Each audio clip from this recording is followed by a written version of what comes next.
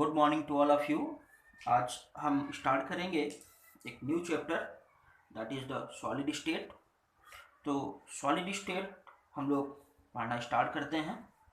जैसा कि आपको पता है कि जो मैटर होते हैं, अगर फिजिकल क्लासिफिकेशन के बारे में बात करें तो तीन तरह के होते हैं। कितने तरह के होते हैं? तीन तरह के होते हैं। मैटर्स जो है वो बेटा कितने तरह के होते हैं? तीन तरह का on the basis of physical classification. कौन कौन सा? पहले होता है बेटा सॉलिड स्टेट, दूसरा क्या होता है लिक्विड, तीसरा क्या होता है दैट इज गैस स्टेट। ठीक है, क्या क्या बेसिक बातें हैं आपको पता है? ये क्या होता है? शेप एंड वॉल्यूम दोनों क्या होता है? फिक्स होता है। यहाँ पर क्या होता है? शेप एंड वॉल्यूम दोनों फिक्स, नॉट फिक्स, फिक्स नहीं होता। और यहाँ पर क्या होता है बेटा? जो शेप होता है वो फिक्स नहीं होता है, लेकिन वॉल्यूम क्या होता है? फिक्स होता है। तो कोई भी सब्सटेंस किस स्टेज में अपने आप को रखेगा, ये दो फैक्टर्स पर डिपेंड करता है। ये कौन से फैक्टर्स होते हैं, हम इस पर बात करते हैं। Two factors decides the state of any substance that will it exist in solid state, liquid state और gas state। तो ये कौन कौन से फैक्टर होते हैं? नंबर वन, पहला बेटा क्या होता है? That is inter molecular force. दूसरा क्या होता है? That is thermal energy. दूसरा क्या होता है? Thermal energy. और ये दोनों एक दूसरे के रेसिप्रोकली जुड़े होते हैं। मतलब क्या हुआ? मतलब ये होता है कि जो इंटर मॉलिक्यूलर फोर्स है that is inversely proportional to thermal energy. इसका मतलब क्या हुआ? अगर इंटर मॉलिक्यूलर फोर्स ज्यादा होगा तो वहां थर्मल एनर्जी क्या होगी? कम होगी। तो सॉलिड के केस में क्या होता है कि इंटर मॉलिक्यूलर फोर्सेस मॉलिक्यूल्स के बीच, आयंस के बीच, कॉन्स्टिट्यूएंट पार्टिकल के बीच बहुत हाई होता है। तो वहां थर्मल एनर्जी क्या होती? बहुत कम होती। थर्मल एनर्जी का मतलब एज ए हीट देना, मतलब टेम्परेचर इंक्रीज करना। तो जब टेम्परेचर इंक्रीज करेंगे तो मॉलिक्यूल क्या होंगे? मूव करेंगे। और जब मूव करेंगे तो उनकी काइनेटिक एनर्जी क्या होगी? बढ़ेगी। ठीक है, तो यहां पर ध्यान रखेंगे कि इंटर मॉलिक्यूलर फोर्सेस अगर ज्यादा होगा तो थर्मल एनर्जी क्या होगी? कम होगी। ठीक है, तो आगे हम लोग क्या करेंगे? क्लासिफिकेशन ऑफ द सॉलिड पर आते हैं। तो क्लासिफिकेशन ऑफ सॉलिड के बारे में अगर हम बात करें तो सॉलिड को दो तरह से क्लासिफाई किया गया है। पहला क्लासिफिकेशन जो है on the basis of arrangement of constituent particle, और नंबर क्या होता है? On the basis of molecular forces. मतलब जो उनके बीच जो फोर्स काम करता है उसके बेस पे क्लासिफाई किया गया। तो हमने क्या किया, जो सॉलिड लिया है उसको दो तरह से क्लासिफाई किया। ठीक है, पहला क्या बेटा? On the basis of arrangement of constituent particle. और दूसरा क्या होता है?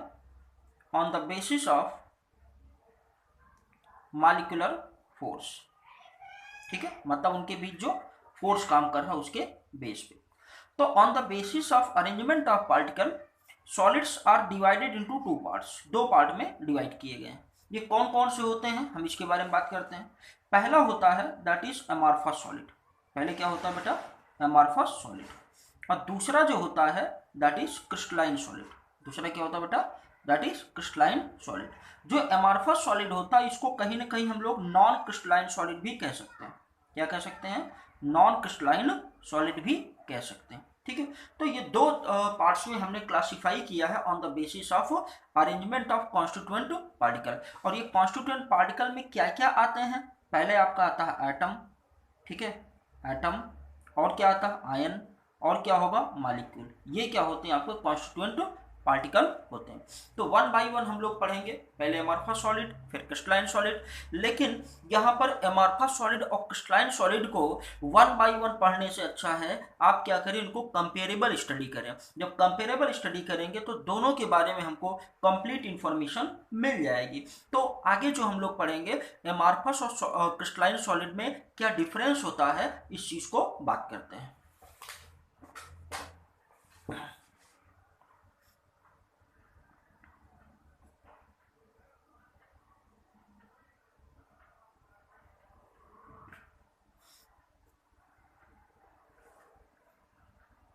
पहला हम लोग क्या लेते हैं बेटा, अमॉर्फस सॉलिड।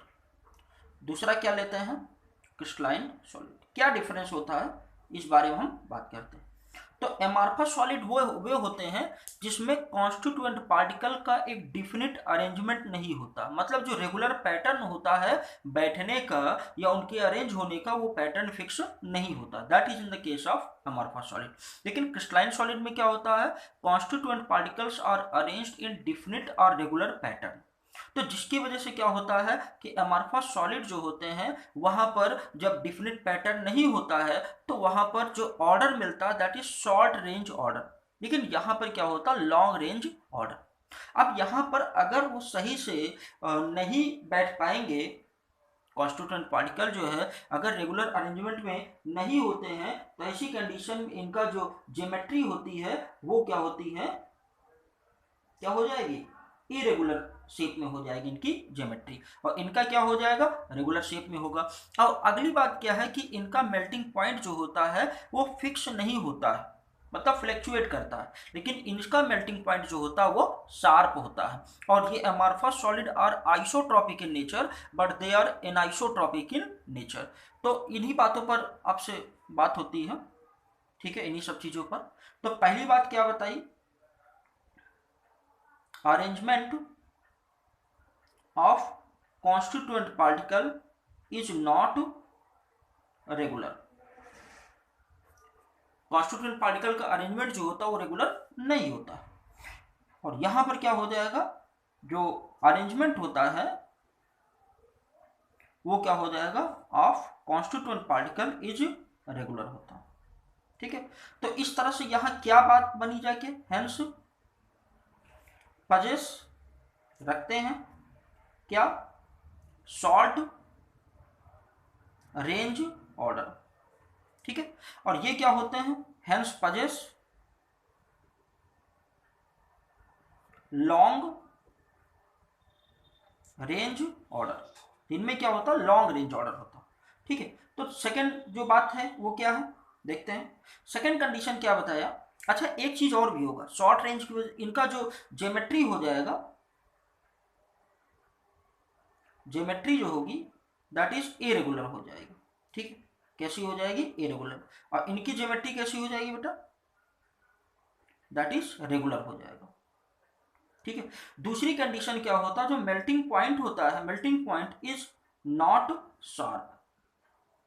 शार्प का मतलब एक फिक्स मेल्टिंग पॉइंट नहीं होता, बल्कि ये वेरी करता है। और दूसरा क्या होता है, मेल्टिंग पॉइंट इज क्या होता है, इनका फिक्स्ड होता है, एक constant as a pure component की तरह ये बिहेव करते हैं। अब यहां पर क्या करेंगे, थर्ड पॉइंट जो है, they are isotropic in nature. ये कैसे होते हैं, आइसोट्रॉपिक इन नेचर। अभी हम बात करते हैं आइसोट्रॉपिक इन नेचर के बारे में, आइसोट्रॉपिक इन नेचर। और ये कैसे होते हैं बेटा, एनाइसोट्रॉपिक इन नेचर। ये नेचर में कैसे होते हैं, एनाइसोट्रॉपिक होते हैं। ठीक है, और ये जो होते हैं, एक पॉइंट और याद रखेंगे।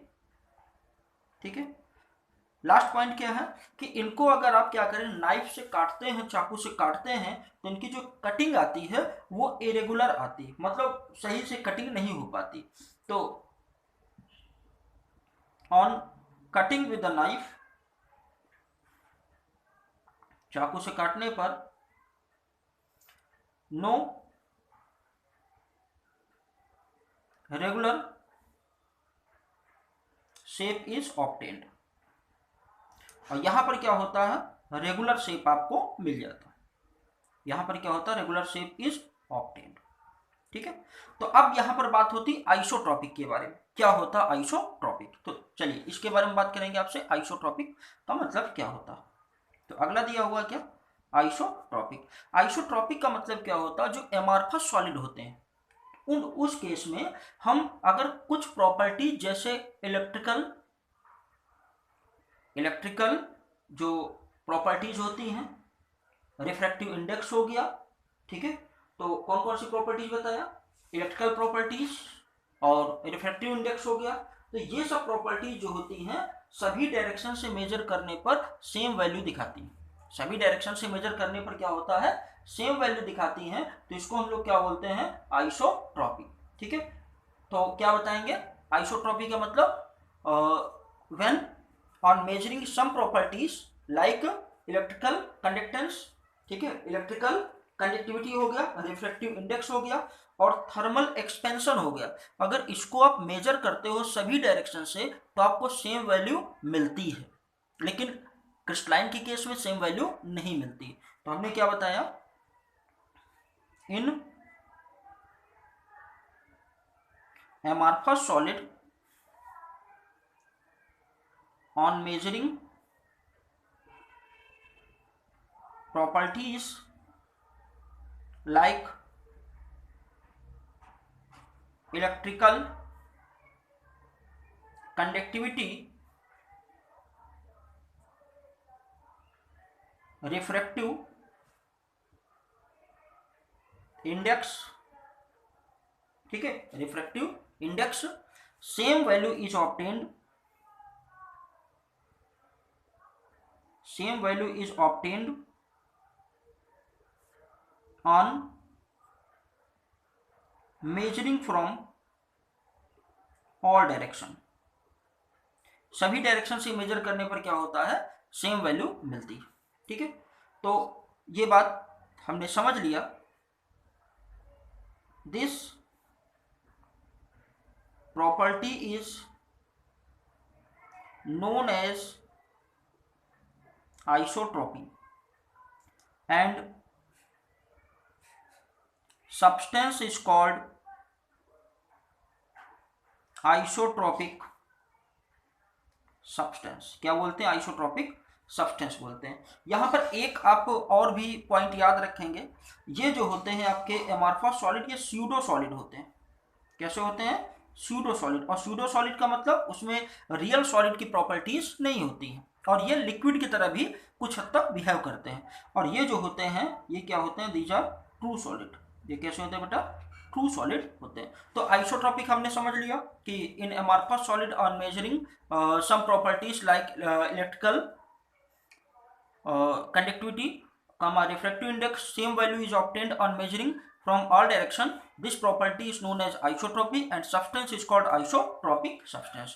And in the case of anisotropic क्या हो जाएगा, different value is obtained on measuring from all direction. That is the property of the crystalline solid. ठीक है, तो क्या बताएंगे,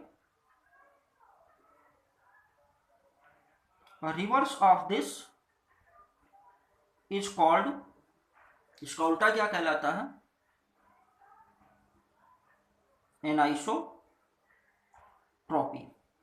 and it is the property of, किसकी प्रॉपर्टी होती है, क्रिस्टलाइन सब्सटेंस की। ठीक है, किसकी प्रॉपर्टी होती है, क्रिस्टलाइन सब्सटेंस की। तो ये आइसोट्रॉपिक एंड आइसोट्रॉपिक क्लियर हो गया, आई थिंक कोई दिक्कत नहीं होना चाहिए। चलिए फिर आगे चलेंगे हम लोग।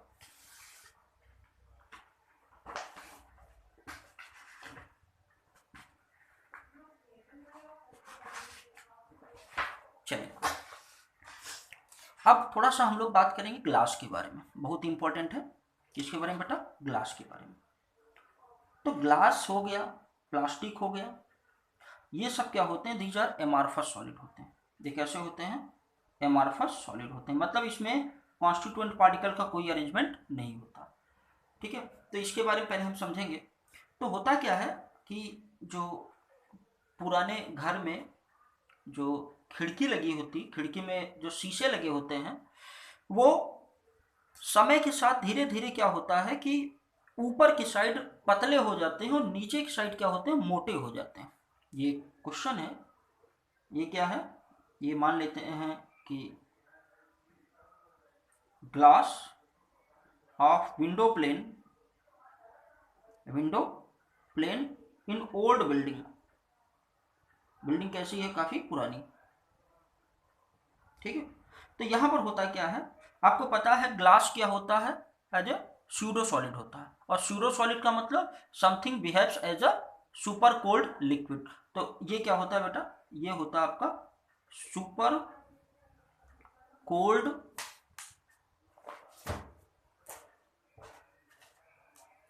ठीक है, ये क्या होता है? Super cold liquid and have high viscosity. और विस्कोसिटी किसकी प्रॉपर्टी होती है? लिक्विड की प्रॉपर्टी होती है। तो ग्लास का जो नेचर होता तो सॉलिड है, लेकिन वो एमॉर्फस सॉलिड है। और एमॉर्फस किस तरह से बिहेव करते हैं? That behaves as super cold liquid. तो होता क्या है कि जैसे जैसे समय बीतता जाता है वैसे वैसे क्या होता है, ग्लास ऊपर से नीचे की तरफ क्या करता? फ्लो करता है। और ये एक दिन में नहीं होता, बहुत समय लगता है इस प्रोसेस में। तो होता क्या है, नीचे जो होता है दैट बिकम द थिक। नीचे क्या होता? थिक हो जाता, और ऊपर क्या होता? पतला हो जाता। ये क्या हो जाता? थिन। ये क्वेश्चन पूछा गया आपके बुक में कि क्या कारण है कि glass of window plane in old building become thicker in bottom and thinner at upper. तो रीजन क्या होगा कि glass is a super cold liquid having high viscosity, hence as time passes, जैसे जैसे समय बीतता जाता है वैसे वैसे क्या होता है कि ग्लास जो होता है वो नीचे की तरफ फ्लो करता है, क्योंकि लिक्विड का नेचर होता है। और ये बहुत समय लेता है, और धीरे धीरे क्या होता है, नीचे वाला पार्ट जो होता है वो क्या होता है आपका? थिक हो जाता है, और ऊपर वाला क्या होता? थिन हो जाता है। चलिए एक क्वेश्चन और इसी पर है, ग्लास पर ही है। अगला क्वेश्चन ये है कि हम ग्लास तो लगाते कैसा है? एकदम क्लियर दिखता है, लेकिन धीरे धीरे समय बीतने के साथ यहां पर क्या हो जाता है? मिल्कीनेस आ जाता है। क्या आ जाता है? मिल्कीनेस आ जाता है। तो व्हाट इज इट्स रीजन? ये क्या हो गया आपका? That is also glass of window plane. ठीक है, glass of window plane in old building, पुराने बिल्डिंग है। तो यहां पर होता क्या है, जनरली ग्लास में कॉन्स्टिट्यूएंट पार्टिकल का अरेंजमेंट जो होता है वो रेगुलर नहीं होता। कॉन्स्टिट्यूएंट पार्टिकल का अरेंजमेंट जो होता है वो रेगुलर नहीं होता। तो होता क्या है कि जैसे जैसे समय बीतता जाता है तो दिन में क्या होता है? दिन में क्या होता है? हीटिंग होती। दिन में क्या होता है? हीटिंग होती। और रात में क्या होता? कूलिंग होती। रात में क्या होता? ठंडा होता। तो इस तरह से होता है क्या है, काफी समय तक ये प्रोसेस होता रहता है। तो यहाँ पर एक प्रोसेस होता है, एनीलिंग प्रोसेस होता है। एनीलिंग प्रोसेस क्या होता है? एनीलिंग होता है क्या है कि जब हम लोग फैक्ट्री में ग्लास बनाते हैं तो वहाँ पर होता है क्या है कि जो ग्लास होता है उसको हाई टेम्परेचर से, मतलब टेम्परेचर ज़्यादा होता है तो उसको हम लोग धीरे धीरे ठंडा करते हैं। और जब धीरे धीरे ठंडा करते हैं तो वो सही शेप में मिलता है। लेकिन अगर अचानक कर देंगे ठंडा तो क्या हो जाएगा? कांच के ब्रेक होने का डर रहता है। तो काफी दिन बीतने पर क्या होता है, यहाँ एनीलिंग प्रोसेस होता है जिसकी वजह से क्रिस्टलाइजेशन होता है, और उस क्रिस्टलाइजेशन की वजह से इसका कलर कैसा हो जाएगा? मिल्की हो जाएगा। ठीक है, तो ये क्वेश्चन है आपका कि ओल्ड बिल्डिंग के जो ग्लास होते हैं विंडो प्लेन के, उसमें क्या होता है? मिल्कीनेस क्यों आ जाता है कुछ समय बाद? तो क्या होता है, दिन के समय क्या होता है, यहाँ पर हीटिंग होता है, रात के समय क्या होता है? कूलिंग होता है। तो ये प्रोसेस कंटिन्यू काफी दिन तक चला करता है। Annealing process over 100 of years, और भी ज़्यादा लगभग। तो उससे होता क्या है कि यहाँ क्रिस्टलाइजेशन होता है, और क्रिस्टलाइजेशन की वजह से क्या होगा कि यहाँ पर मिल्कीनेस अपीयर हो जाता। चलिए कुछ बातें और करेंगे आपसे। नेक्स्ट क्या है कि कौन से ऐसे फैक्टर होते हैं जिससे आप ये कहोगे कि वहां पर एमॉर्फस सॉलिड बन गया है, ग्लास लाइक सॉलिड बन गया है। ठीक है, तो क्या बताएंगे?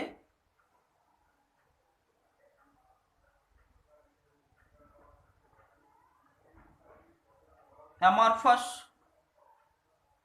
और ग्लासी मटेरियल इज फॉर्म्ड, ऐसा कब होता है?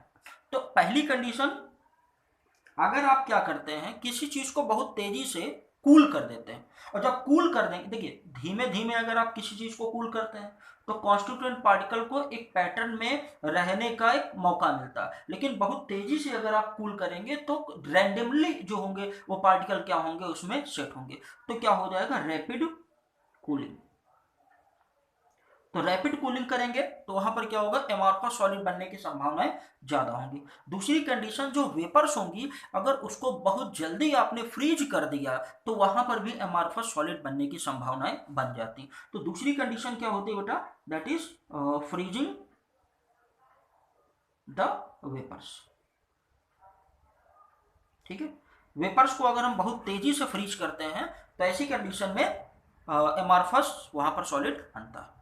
ठीक है, तो ये कुछ इंपॉर्टेंट बातें आप याद रखेंगे।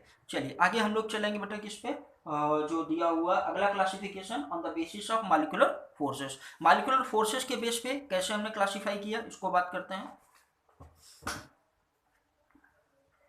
चलिए, तो अगला जो दिया हुआ है नेक्स्ट वो क्या है, ऑन द बेसिस ऑफ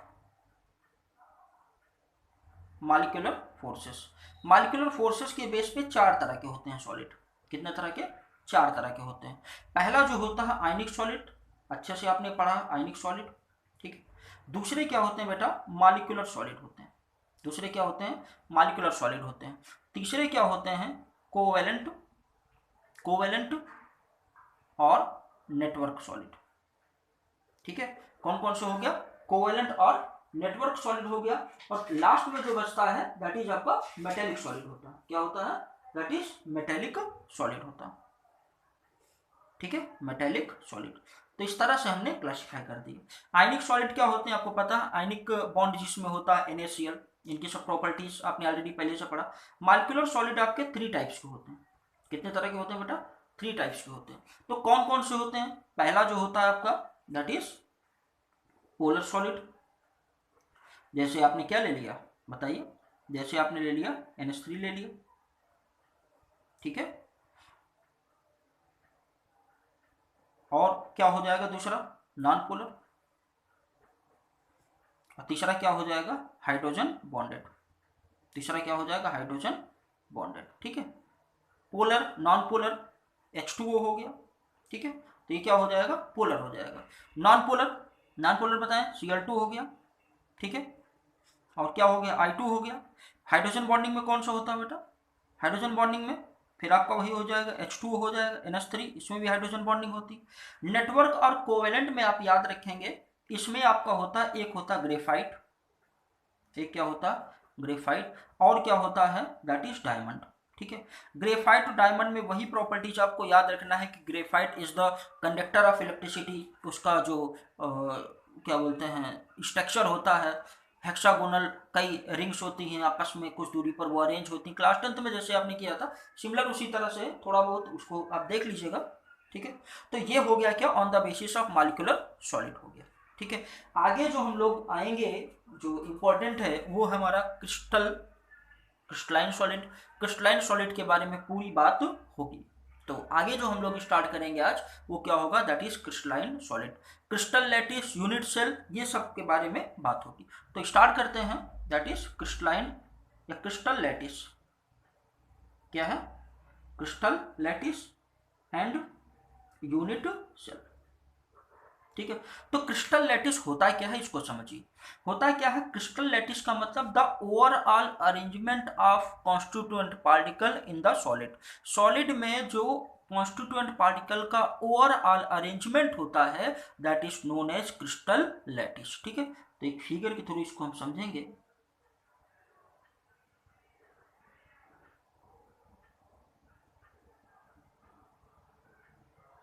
ठीक है, ये फिगर थोड़ा सा आपको बनाना आना चाहिए।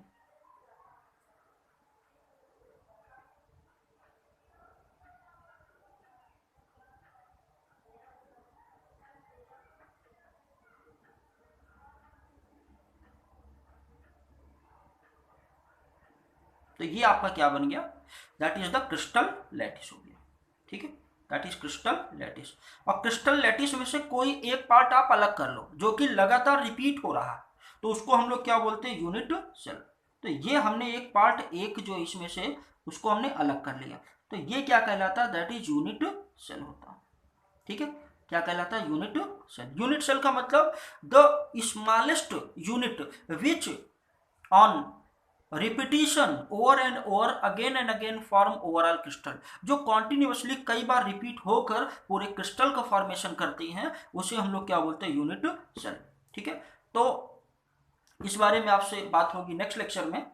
ठीक है, तो थोड़ा सा हम रिकैप कर लेते हैं क्या क्या चीज़ें हमने पढ़ी है। तो पहली चीज़ हमने क्या पढ़ी है कि जो सॉलिड होते हैं, ठीक है, चलिए देखते हैं फिर से। हमने क्या बात की आपसे, मैटर जो होते हैं तीन तरह के on the basis of physical classification है। ये क्या क्या बेटा, फिजिकल क्लासिफिकेशन। तो सॉलिड, लिक्विड और गैस। सॉलिड क्या होते हैं, शेप वॉल्यूम दोनों फिक्स होता है। लिक्विड का शेप तो फिक्स नहीं होता लेकिन वॉल्यूम फिक्स होता है। गैस जो होते हैं उनका शेप जो होता है वो और वॉल्यूम दोनों फिक्स नहीं होता। दो फैक्टर्स जो होते हैं रिस्पॉन्सिबल होते हैं इसके लिए, एक इंटरमॉलिक्यूलर फोर्सेस और thermal energy. Intermolecular forces, thermal energy क्या होते हैं, इनवर्सली रिलेटेड एक दूसरे से होते हैं। जिसमें इंटरमॉलिक्यूलर फोर्स स्ट्रांग होगा उसमें थर्मल एनर्जी क्या होगी, बहुत कम होगी। फिर इसके बाद हमने क्या किया, सॉलिड को क्लासीफाई किया ऑन द बेसिस ऑफ क्या, पहला कॉन्स्टिट्यूएंट पार्टिकल के अरेंजमेंट के बेस पे, दूसरा क्या बेटा मॉलिक्यूलर फोर्स के बेस पे। और कॉन्स्टिट्यूएंट पार्टिकल के अरेंजमेंट के बेस पे दो तरह के, एमॉर्फस सॉलिड और क्रिस्टलाइन सॉलिड। एमॉर्फस सॉलिड क्या होते हैं, उनको कंपेयर कराने के बाद आपको प्रॉपर्टीज मिलती हैं कि क्या इसमें डिफरेंस आता है। ठीक है, तो इसको आप पढ़िएगा, जहां डाउट होता है फिर बताइएगा।